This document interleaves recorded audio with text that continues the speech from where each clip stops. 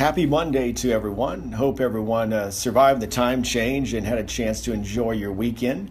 If you're like me, you probably spent some time watching some basketball. And I tell you what, here in the Tri-State, we have a lot of things to be excited about as we enter into March Madness. We have a lot of teams represented, certainly with Xavier, University of Cincinnati, the Ohio State Buckeyes, and last, of course, but not least, is the University of Kentucky Wildcats. And did I mention they happen to be the all-time most winning program in basketball history, but that is for another time and place, my friends.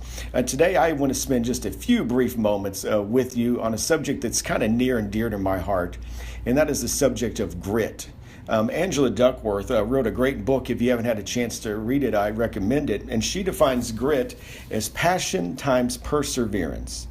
You see, the most powerful tool that us humans possess is our minds. And that's why if you never experienced this, that the enemy always wants to attack your mind. That's why there's fears and anxiety and inadequacy all rage against us. I had an old coach of mine and tell me this, and it's so very true. He said, there's nothing wrong with talking to yourself, but you get in trouble when you start to listen to yourself, because we've all had thoughts come in our minds to tell us that we're not good enough, that we don't deserve our success in life, that we don't deserve to be happy and to pursue a dream. And so that's why it's important that we have to block out all the noise and focus on the task that was set before us. Society defines success all too often, and we try to fit that mold, that they have a specific mold of what success would look like. And with success, they have a certain criteria of the way that you must look, the way that you must act or speak to try to become successful. And oftentimes our jobs, our coworkers, our friends and families, even people around us in our lives who have the most wonderful of intentions for us, unwittingly sometimes too, that they will serve as to only hinder our dreams and our goals and our passions. So that's why we've got to keep an open mind and rely upon grit to help us overcome. There's been a young man in the news recently. His name is Shaquem Griffin. And Shaquem is a tremendous story. When he was 4 years old, his left arm was amputated. And Shaquem was a very active young man. He had a brother, an identical twin brother to be exact, and they were very athletic. They were very much so into sports. But Shaquem was born with something that was called amniotic band syndrome, where his left arm was really challenged, and it caused him a tremendous amount of pain. Matter of fact, one night his mother talks about of waking up in the night and hear her son screaming. And as any parent, you can imagine hearing just a frantic cry from your child. She rushes downstairs and sees young Shaquem sitting on the kitchen counter with a knife, and his arm was hurting so bad that he almost wanted to cut it off. And so she takes the knife away, and come to find out, they go to the doctors, and when he was 4 years old, they do amputate his left arm. And so it looked like that his dreams of being an athlete were going to be put on hold. And so they did the surgery. He's all bandaged up. And of course, the doctor tells him and his mom that he has to be very careful, that he can't be active, that he has to really kind of treat his arm with kid gloves. The next day when she comes home, she finds his bandaged arm just kind of dripping with blood, because him and his brother outside in the field playing football. And so, again, it looked like Shaquem's dreams are going to be on hold, because man tells us that you have to have certain attributes or certain qualities to pursue your dreams. And it reminded me of a book in the Bible, 1 Samuel. And in that book, in chapter 16, God told the prophet Samuel to go down and find a king for Israel. And so Samuel goes down to Jesse's house, and God was very specific. He said, go down to Jesse's house. And it sounds like where I'm from, it's southeastern Kentucky. Go down to Jesse's house. You'll find a lot of stuff there. But the prophet goes down there, and he asks Jesse, he goes, let me see your sons. And Jesse brings 7 of his sons in front of the prophet. And these sons are the tallest, the best looking, the most athletic, the smartest. And come to find out, God didn't choose any of those sons. And the prophet actually looks at Jesse and says, there has to be some mistake. Do you have another son? And Jesse says, yeah, we do. His name's David. He's kind of like the run of the litter, and he's a shepherd, and he's out with the sheep. And so the prophet tells Jesse to bring him forward. And sure enough, God anoints King David to be king of Israel. And there's one of the most important scriptures in the Bible is in there. And God says, that man looks at the outward appearance, but God looks at the heart. You see, don't let your circumstances dictate your future. Don't let your limitations that society is trying to impose upon you kind of to keep you from pursuing your dreams and your goal. And so to get back to Shaquem Griffin's story, fast forward about 14 years, and Shaquem actually receives a scholarship to go to the University of Central Florida. And there he becomes a 2-time Defensive Player of the Year in his conference. And if you keep up with football, Central Florida actually was undefeated in the 17 and 18 season and actually beat the Auburn Tigers in the Peach Bowl. And Shaquem was actually awarded the most valuable player for that bowl.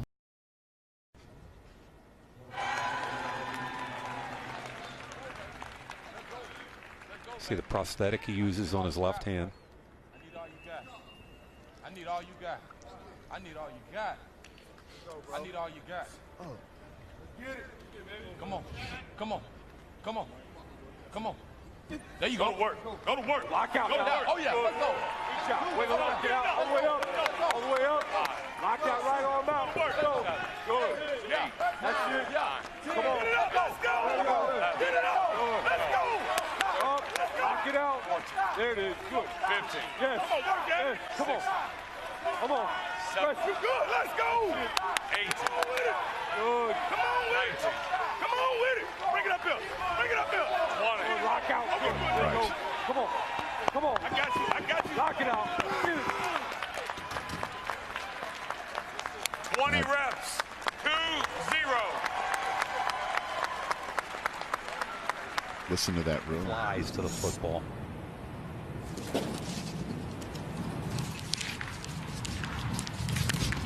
Two. 4-3-8 for Shaquem Griffin. Hello. So you had a chance to watch the inspiring bench press of Shaquem and for Shaquem to run his 40 times.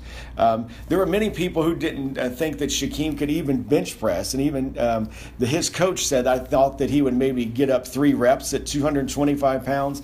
And as you can see, Shaquem lifted 225 pounds 20 times. And of course, you watch the 40-yard dash. He happened to run the fastest time ever for a linebacker. And so Shaquem Griffin, again, is such an inspiring story. I love this. Shaquem said, I don't define myself by my successes, but I define myself by adversity and how I've persevered. And so again, if you're like me, you're gonna lose some and you're gonna win some. But when I look back over my life, the source of pride and this thing that gives me the most hope of going forward is the instances that I have persevered, that I have overcome, that I have kind of persevered against all the odds. And so I don't know what Shaquem's story is going to look like. I don't know if he will actually get drafted by an NFL team. But I do know this, that he'll continue to pursue his dreams and he will, nobody will stop him. And so that's my message to you today. Continue to persevere. Continue to reach down deep inside of you and to fan that flame and to keep going forward because you're going to have great things in your life. So don't let society, don't let others around you hinder you from pursuing things so you can be your best possible version of you. Hope you enjoyed this quick little talk here today, and I hope you go forward and pursue all the things that God has given you in your heart. Thank you so much. Have a great day. Bye. Good morning. Sorry I cannot be there with you. As you already know, I am in Jamaica on my 15th trip. I believe it's my 15th to the middle of the island in a place called Mandeville, Jamaica, where I'm joined with 20 other college students to do some missions work at a couple of orphanages. Actually, we're going to be just at one orphanage this year. With me, joining me from our team is Trish Kitchell, who came to not just experience but also consider what it might look like for us to do something like this for our association. Now, one of the reasons I come is I think based on this quote that comes from Winston Churchill when he said, "You make a living by what you get, but we make a life by what we give." And I think a long time ago I realized that it was important for me to find ways to give to others. Annually I do this trip as a reminder. Jesus picks up the same idea when he says, if you cling to your life, you will lose it, but if you give up your life, you will find it. And we are asking these young adults this question: how do you give your life away? Trish, why don't you tell the group about some of the things you're experiencing and maybe even responding to this idea about giving your life away? Hello, everyone. As I was thinking about the word giving, I looked up the definition of that, and it's the transfer of something without expecting anything in return. And when I signed up for this trip to come down and learn more about this and also work with the kids and the students that we were with, I was really thinking of the gifts and talents that I was bringing with me and how I was going to transfer that, give them what they need.